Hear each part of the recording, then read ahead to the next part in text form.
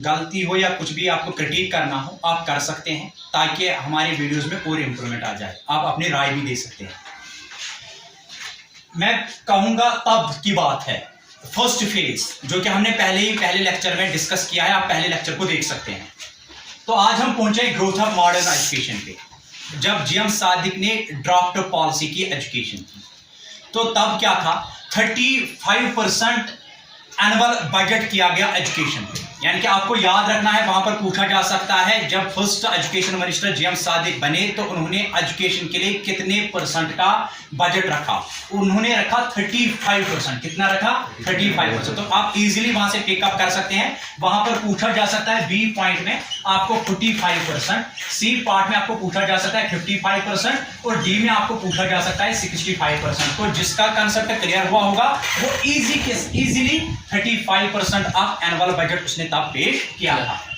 उसके बाद दूसरा स्टेप क्या था, एग्रीकल्चरल एजुकेशन को मेड कंपलसरी बनाया गया विलेज स्कूल्स के लिए। किनके स्कूल्स के लिए? और यही था जीएम सादिक जिसने ट्राइबल में पहली बार मोबाइल स्कूल्स का इनॉग्रेट किया और वहां पर इनॉग्रेशन की किनकी? मोबाइल स्कूल्स की। तो जीएम सादिक फिर से हम कहेंगे, और जीएम सादिक फिर नेक्स्ट प्राइम मिनिस्टर बनते हैं। उसके कौन से कारण है, क्यों वो बनते हैं, वो भी हम आगे देखेंगे। लेकिन फिर से हम अपने टॉपिक पे आते हैं। और एक और चीज की प्रमोशन ऑफ इंडस्ट्रियल सेक्टर हुआ और वुमेन्स एजुकेशन जो थी, जो अभी तक 4 वॉल्स में थे, इनसाइड ऑफ द हाउस थे, लेकिन अब उनको आउटसाइड ऑफ द वॉल्स निकालना था और उनको भी मॉडर्न एजुकेशन का कांसेप्ट देना था और उनको भी तालीम हासिल करने के लिए गवर्नमेंट ने कुछ स्टेप्स उठाए और वो कामयाब भी हो गए। ठीक है, उन्होंने वहां पर एजुकेशन हासिल की और उसकी बदौलत जो आज आप देखते हैं कि वुमेन्स एजुकेशन कितनी ज्यादा इंप्रूवमेंट हो रही है जम्मू एंड कश्मीर में, ओवरऑल एंटायर कंट्री में इस वक्त जो हालात है वो किस तरीके से वुमेन्स जो है और खासकर गर्ल्स जो है वो हर सेक्टर में इस वक्त लीड कर रहे हैं। और जम्मू कश्मीर की लड़कियां भी किसी से कम नहीं है, किसी भी सेक्टर। तो 1956 में जिसने कश्मीर, ये भी याद रखना है, ऑब्जेक्टिव आपको पूछा जाएगा डेट क्या था, तो आपको इजीली वहां से क्या करना है, 1956। और Jammu and Kashmir academy of art culture and languages जो डाला गया उसका डेट क्या था, वो 1958 था।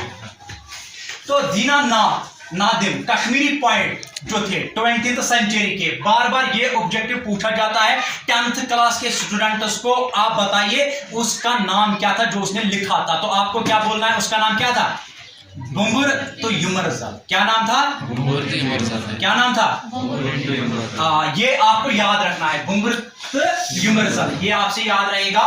तो ये याद भी करना है क्योंकि हो सकता है अगर पिछले साल नहीं पूछा गया, इस साल शायद एग्जामिनर कोशिश करे क्लास 10th को ये ऑब्जेक्ट डालने की। और मुख्तलिफ, फिर से मैं कहूंगा बी पार्ट में कोई और चीज होगी, सी पार्ट में कोई और चीज होगा, लेकिन ए पार्ट या डी पार्ट में अगर ये भुंगर तो युमरजल होगा, आप इजीली दीनानाथ की ये सबसे बड़ा कंट्रीब्यूशन है कश्मीरी पॉइंट जो था 20th सेंचुरी का, उसने ये चीज लिखी है। लेकिन उसने लिखा था उसमें miss rule in Jammu and Kashmir के मुतालिक थोड़ा सा इसने उसमें जिक्र किया था।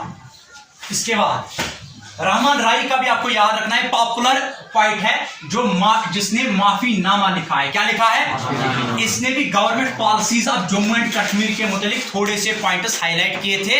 और ये भी एक बेहतरीन पोएम जिन्होंने लिखी थी, पॉपुलर पोएम है, और किसके मुतालिक लिखी थी? Government policies of Jammu and Kashmir. और इसका नाम क्या है? माफीनामा। क्या नाम है?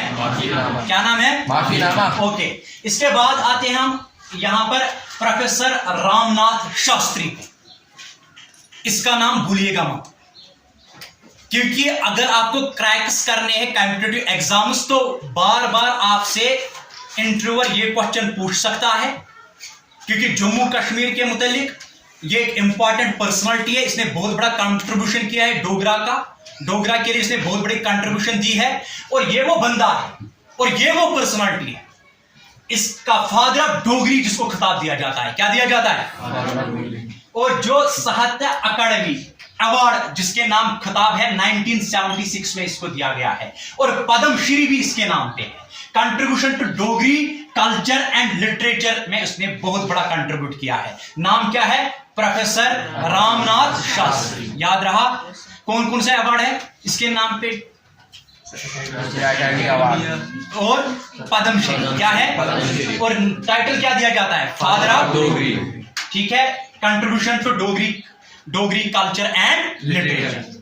इसके बाद 1944 में अगर हम पहुंचेंगे, 1944 को अगर हम हाईलाइट करेंगे, इसमें है जागो डोगर, जागो wake up the Dogar land in 1950। ठीक है, बहुत बड़ा कंट्रीब्यूशन है। ठीक है, एक एक पॉइंट को आपको याद रखना है ताकि आने वाले फ्यूचर एग्जाम्स में आप कोई भी एग्जाम क्रैक कर सको इजीली, और मैक्सिमम ऑब्जेक्टिव्स एमसीक्यूज आपसे गलत ना हो, क्योंकि एमसीक्यूज जो है वो ऑब्जेक्टिव्स तभी क्लियर होते हैं जब आपके जहन में रहते हैं और जब आपका कांसेप्ट क्या होता है, क्लियर हो जाता है। एक एक पॉइंट को याद रखिएगा। ये था यहां पर।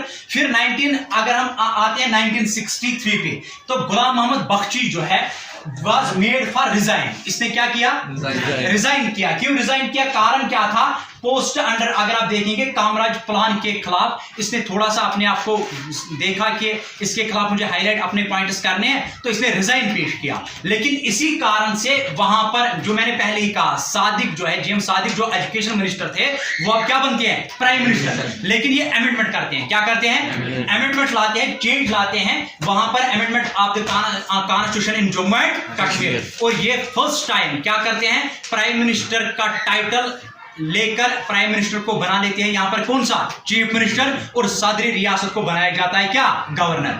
यानी कि जीएम सादिक ने ही प्राइम मिनिस्टर को किसमें डाला, क्या किया, प्राइम मिनिस्टर को क्या किया, चीफ मिनिस्टर बनाया, और सदरी रियासत को क्या बनाया, गवर्नर। ये था जीएम सादिक का कंट्रीब्यूशन। ठीक है, इसने बहुत सारे कंट्रीब्यूशन भी किया, लेकिन इसने अमेंडमेंट कॉन्स्टिट्यूशन में लाई, तो इसने प्राइम मिनिस्टर को क्या किया, चीफ मिनिस्टर, और सदरी रियासत को क्या बनाया, गवर्नर। ठीक है, और फिर से मैं थोड़ा सा यहां पर बताऊं आपको पॉइंट्स कौन कौन से याद रखने, खासकर आपको दीनानाथ नादिम का याद रखना होगा, ये पूछा जा सकता है, और प्रोफेसर रामनाथ शास्त्री के मुतालिक पूछा जा सकता है, या आपको ये भी पूछ सकता है रहमान राय जो है एक पॉपुलर नेम है, एक पॉपुलर पोएट रह चुके हैं, और उसका पूछा जा सकता है, आप हमें बताइए उसके मुतालिक जो उसने लिखा था government policies of Jammu and Kashmir, उसका नाम, उस किताब का नाम, या उस पोएट का नाम, या उस पोएम का नाम पूछा जा सकता है। तो आपको बताना है वो क्या था, माफीनामा। क्या था, आई होप कि आपको थोड़ा सा लेक्चर समझ में आया होगा। मजीद ऐसे एमसीक्यूज आपके लिए आएंगे, कांसेप्ट आपके लिए आएंगे,